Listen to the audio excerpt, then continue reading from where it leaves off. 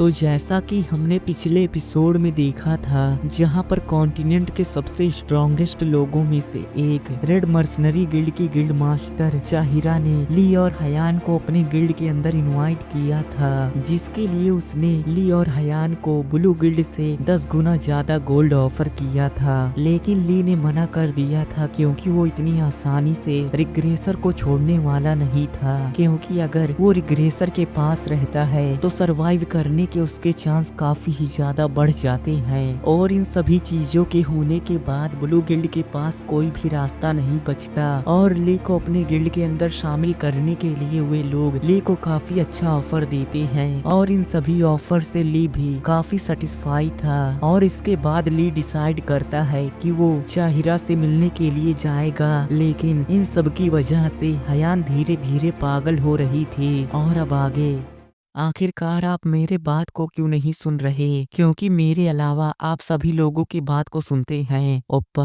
Please मुझे मत फेंकिए, मैं ऐसा बिल्कुल भी नहीं चाहती। अगर आप चले गए तो मैं क्या करूंगी। और फिर काफी ही ज्यादा डिप्रेस हो जाती है और बड़बड़ाते हुए कहती है, इससे कोई फर्क नहीं पड़ता कि मुझे ओप्पा को रोकने के लिए किस तरीके का यूज करना पड़ता है, मैं ओप्पा को कहीं भी नहीं जाने दूंगी। ली पूरी तरीके से घबरा गया था, उसे समझ में नहीं आ रहा था कि आखिरकार वो हयान को शांत करने के लिए क्या करे। और अपने मन में कहता है, अब बस हयान को शांत करने के लिए मेरे पास एक ही तरीका बचा है। तभी ली अचानक से हयान के काफी पास चला जाता है। वो काफी ही ज्यादा शर्माने लगी थी और कहती है, ओप्पा। ली अपने मन में कहता है, मैं हयान के साथ अपने रिलेशनशिप को काफी धीरे धीरे और रोमांटिकली आगे बढ़ाना चाहता था, लेकिन अब मेरे पास कोई रास्ता नहीं है। और फिर हयान से कहता है, Hayyan I love you. Hayyan काफी ही ज्यादा शर्माने लगी थी। ली कहता है, ऐसा हो ही नहीं सकता कि मैं तुम्हें फेंक दूं। और फिर अपने मन में कहता है, हाँ तुमने सही सुना, मैं कभी भी तुम्हारे जैसे अपने एक प्रीशियस ट्रेजर को कहीं पर भी नहीं फेंकूंगा, क्योंकि मुझे सभी चीजें चाहिए। और क्या तुम्हें सच में ऐसा लगता है कि मैं कोई पागल हूँ जो ऐसा काम करेगा।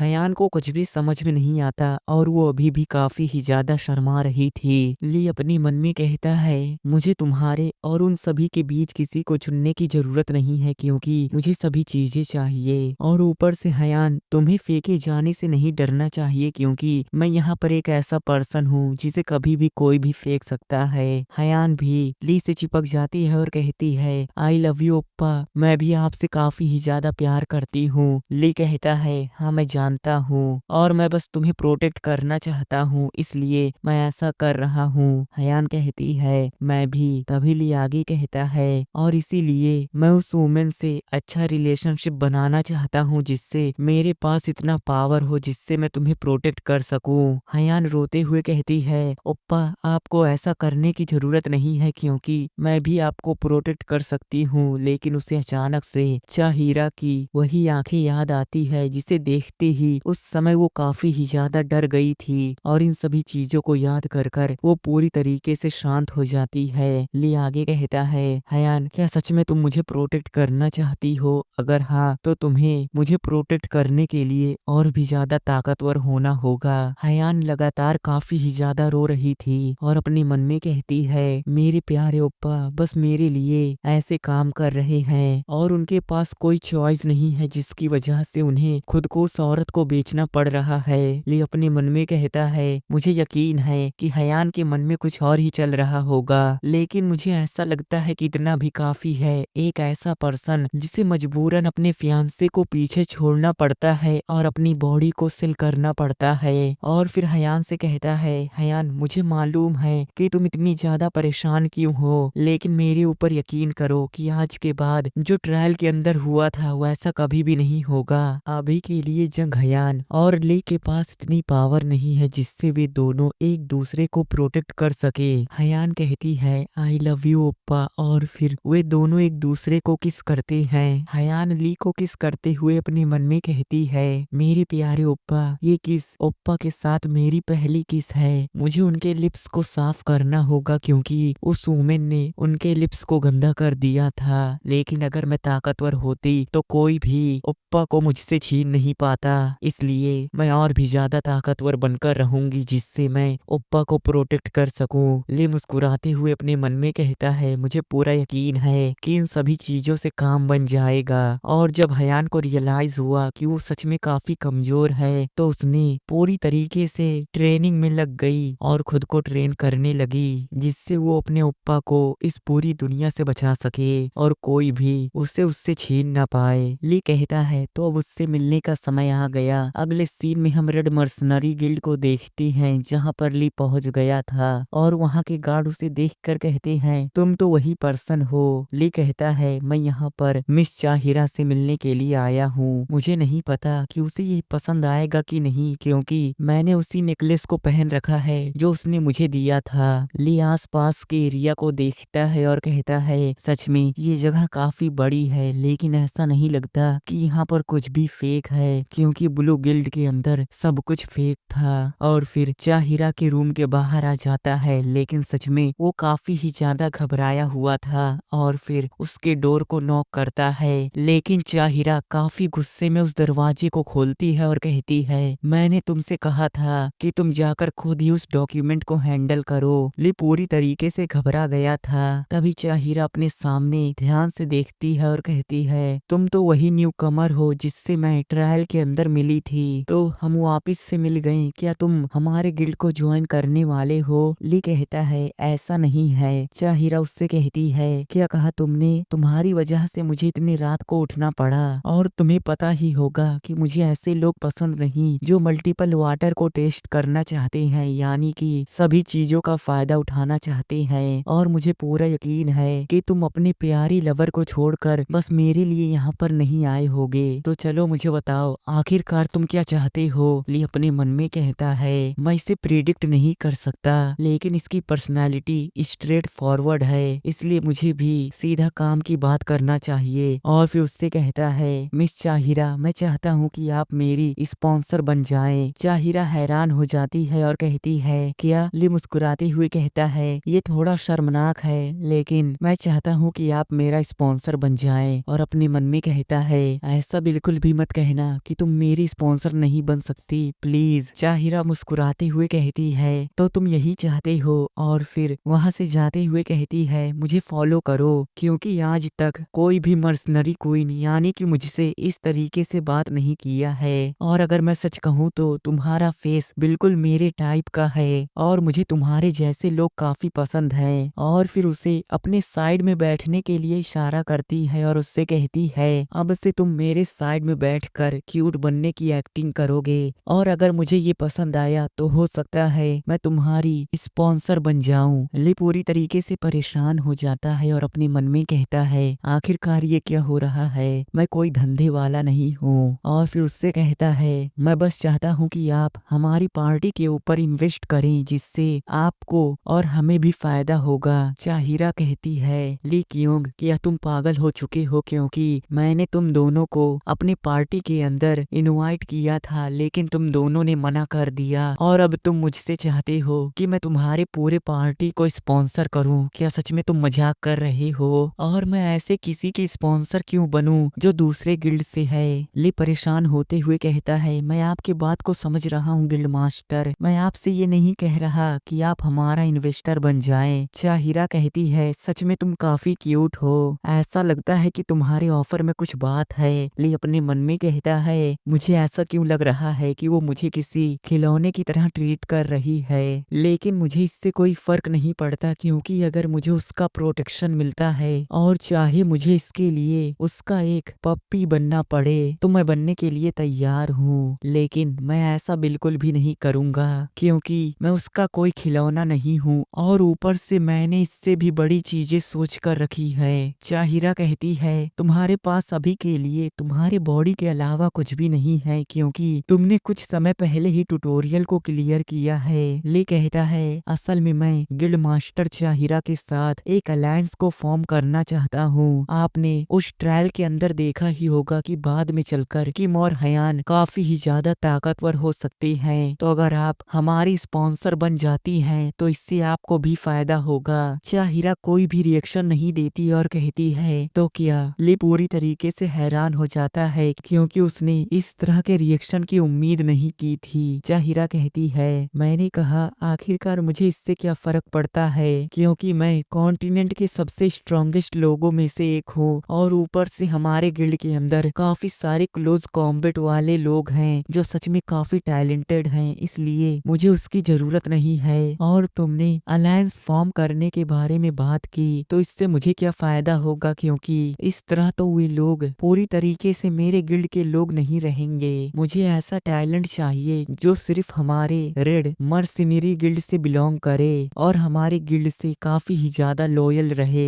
ली को कुछ भी समझ में नहीं आता कि आखिरकार वो चाहिरा को मनाने के लिए क्या करे। क्या सच में मुझे उसका एक कुत्ता बनना पड़ेगा? चाहिरा कहती है, ली कियोंग तुम्हें बेकार में इस तरह की चीजों के ऊपर अपने टाइम को नहीं बर्बाद करना चाहिए। बस आकर मेरे साइड में बैठ जाओ और क्यूट बनने की एक्टिंग करो, तो हो सकता है मैं फ्यूचर में चलकर तुम्हारी और तुम्हारे पूरे पार्टी की स्पॉन्सर बन जाऊं। ली को कुछ भी समझ में नहीं आता और फिर अपने मन में कहता है, ऐसा लगता है कि मुझे अपने प्लान बी को शुरू करना होगा। और फिर उसी लॉकेट को चाहिरा की तरफ फेंक देता है। चाहिरा को कुछ भी समझ में नहीं आता और वो कहती है, तुम्हारा इससे क्या मतलब है? ली कहता है, क्या तुम मुझे कोई कचरा समझती हो? अगर हाँ तो मुझे तुम्हारे गिफ्ट की कोई भी जरूरत नहीं है। चाहिरा चिल्लाकर कहती है, क्या तुम पागल हो चुके हो? ली कहता है, मुझे ना ही गोल्ड चाहिए और ना ही इस तरह के मैजिकल आइटम, मुझे बस तुम्हारी जरूरत है, एक ऐसी औरत जिसे सभी मर्सिनरी क्वीन के नाम से जानते हैं। चाहिरा, मुझे तुम्हारे स्ट्रेंथ और फेम की जरूरत है। और फिर अपने मन में कहता है, ये बस झूठ है, क्योंकि मुझे वो आइटम चाहिए जो मैंने अभी अभी तुम्हारे पास फेंका। मैं उम्मीद करता हूँ कि तुम मुझे बाद में वो खुद ब खुद लौटा दोगी। चाहिरा काफी गुस्से में आ जाती है और कहती है, ली कियोंग क्या तुम्हें पता भी है कि आखिरकार तुम क्या कर रहे हो? और ऐसा लगता है कि तुम अपनी जगह को भूल चुके हो। ली कहता है, बिल्कुल भी नहीं, मैं अपनी जगह को जानता हूँ और मुझे ये भी पता है कि तुम जब चाहो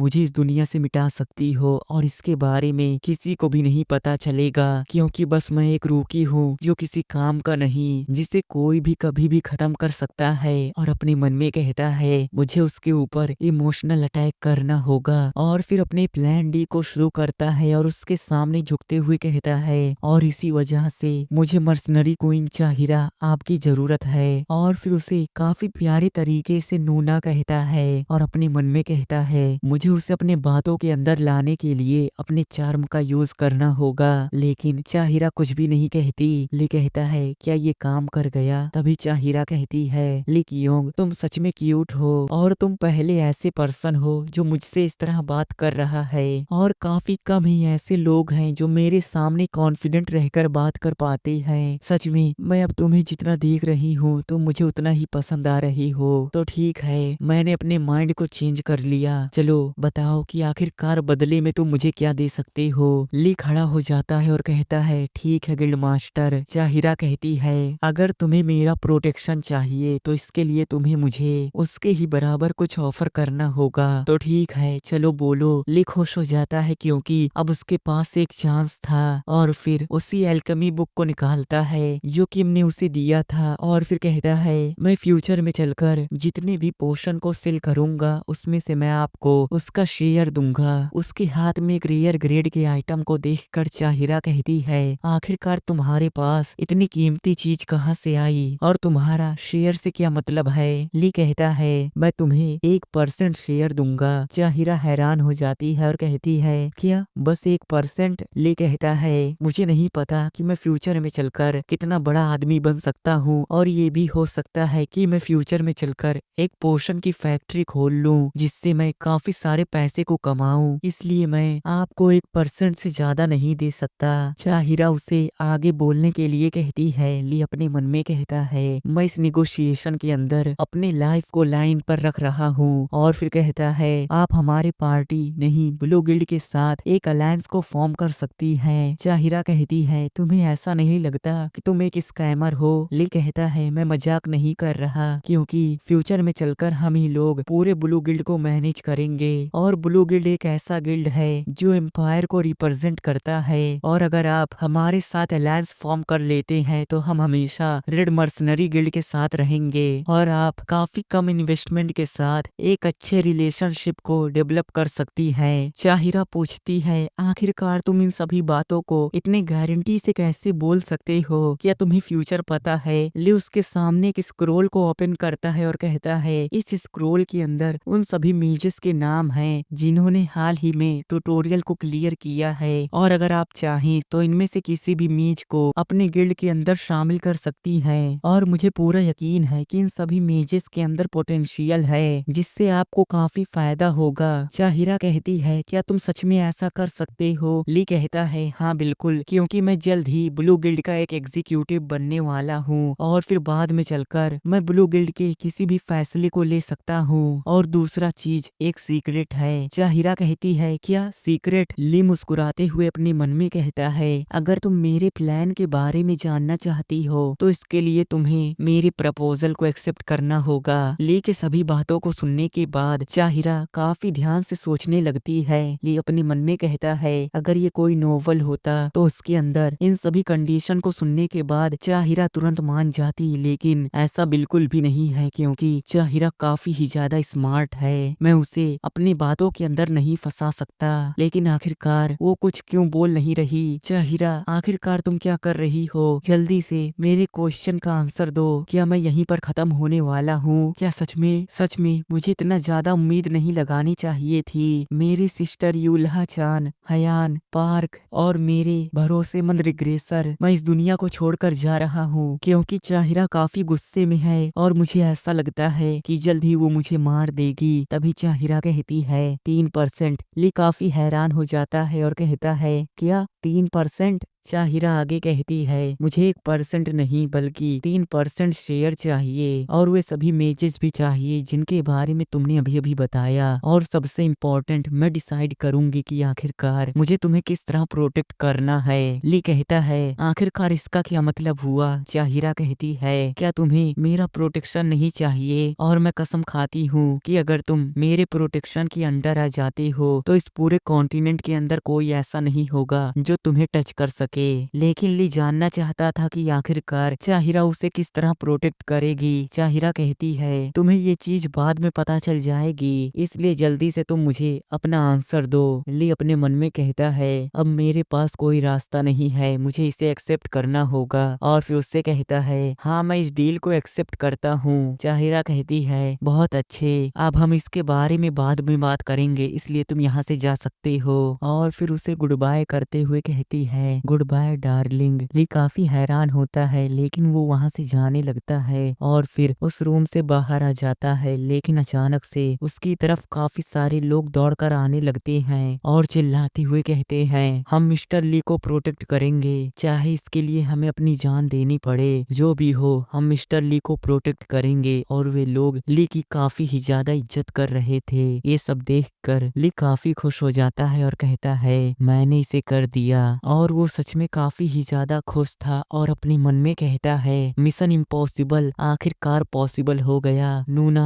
सच में मैं तुमसे प्यार करता हूँ। और ये जानकर मुझे काफी खुशी हुई कि अब लोग मेरी काफी ही ज्यादा इज्जत करते हैं। सच में मैं आज हद से ज्यादा खुश हूँ। और तुम सभी इंतजार करो, अब मैं अपने साथ एक ऐसे पर्सन को लेकर आ रहा हूँ जो सच में काफी ही ज्यादा पावरफुल है। तभी मैसेज पॉपअप होता है, आपको एक न्यू टाइटल मिलता है और उस टाइटल का नाम the lover of mercenary queen था। ली पूरी तरीके से टूट जाता है और उसे कुछ भी समझ में नहीं आ रहा था कि आखिरकार इस टाइटल का क्या मतलब है। और फिर उसे धीरे धीरे रियलाइज होता है कि आखिरकार जाहिरा अब उसे किस तरह प्रोटेक्ट करने वाली है। और अब से रोमांस की सेंचुरी शुरू होती है, क्रिम्सन टायरेंट का कॉन्क्यूबाइन। ली घबराते हुए अपने मन में कहता है तो असल में उसका यही मतलब था और मेरा फर्स्ट टाइटल था क्रिम्सन टायरेंट का कॉन्क्यूबाइन। और अब तक उस इंसिडेंट को हुए 2 हफ्ते बीत चुके हैं और मैं अभी तक जाहिरा से नहीं मिला। लेकिन सच में सभी चीजें काफी अच्छे से हो रही है। और जैसे ही मैंने अपने पर्सनल अकाउंट को ओपन किया वैसे ही मेरा सारा पेमेंट आ गया और जल्द ही मुझे एक एग्जीक्यूटिव की पोजीशन मिल जाएगी। सच में ये काफी अच्छा है। लेकिन अब सिर्फ हीरो ग्रेड का आइटम बचा हुआ है जिन आइटम को देने के लिए उन सभी ने वादा किया था। लेकिन मैंने यहाँ ब्लू गिल्ड के अंदर एक ऐसी चीज नोटिस की है जो काफी रेयर है, क्योंकि दूसरे गिल्ड के अंदर सभी पावर गिल्ड मास्टर के पास होता है, लेकिन ब्लू गिल्ड के अंदर सभी पावर सभी लोगों के बीच बटा हुआ है, जैसे कि guild master, vice guild master और सभी एग्जीक्यूटिव। और उन्होंने कहा था कि वे लोग मेरे लिए एक पर्सनल फोर्स बनाएंगे और उसके अंदर मैं हयान, पार्क और किम को ज्वाइन करवा सकता हूँ। लेकिन इससे भी ज्यादा इम्पोर्टेंट, मैं जल्द ही एक स्पेशल एडमिनिस्ट्रेटिव ऑफिसर बनने वाला हूँ और उस फोर्स का नाम नॉन कॉम्बैट फोर्स होगा। लेकिन ऐसा लग रहा था कि वे लोग इस पोजीशन को मेरे लिए काफी जल्दी में तैयार कर रहे हैं, लेकिन मैं खुश हूँ कि मेरा पोजीशन उस ओल्ड मैन के बराबर है। और फिर एक रूम के पास आ जाता है, साइड से कि मुझे रुकने के लिए कहता है, लेकिन ली उस रूम को खोल देता है और उसके ऊपर काफी सारे लेटर गिरते हैं। ली को कुछ भी समझ में नहीं आता और वो अपने मन में कहता है, ये सब क्या है? क्या यह सब मर्सनरी क्वीन की वजह से हुआ है, क्योंकि मैं अब से उसका एक लवर हूँ कि माकर उसे संभालता है। और इसके लिए ली उसका शुक्रिया करता है। ली उन सभी आइटम की तरफ देखता है जो सच में काफी कीमती थे। ली अपने मन में कहता है, इस अलायंस के बाद ब्लू गिल्ड और रेड मर्सनरी गिल्ड काफी क्लोज हो चुकी है और इसकी वजह से मेरा पोजीशन भी काफी हाई हो चुका है। तभी पीछे से दो लोग जाते हुए आपस में बात करते हैं और कहते हैं, सच में मैं काफी हैरान हूँ, क्योंकि मुझे पता चला कि असल में मिस्टर ली फेमस मर्सनरी क्वीन के एक लवर है। और ये बात सच है, क्योंकि इसके बारे में मर्सनरी क्वीन खुद ही बता रही थी। ली अपने मन में कहता है, मैं तुम दोनों की बात को सुन सकता हूँ, लेकिन मुझे पता है कि चाहिरा ने इन सभी रूमर्स को जानबूझकर फैलाया है। तभी वे दोनों आगे कहते हैं, मुझे मालूम है कि इस कॉन्टिनेंट के अंदर सभी चीजें काफी अलग हैं, लेकिन आखिरकार मिस्टर ली इस तरह की चीजें कैसे कर सकते हैं? दूसरा उसे शांत करने लगता है। ली काफी गुस्से में अपने मन में कहता है, चाहिरा आखिरकार तुमने ऐसा क्यों किया? मैं कोई ऐसा पर्सन नहीं हूँ जो ऐसा काम करता हो, लेकिन जो भी हो, मुझे जो चाहिए था मुझे वो मिल गया।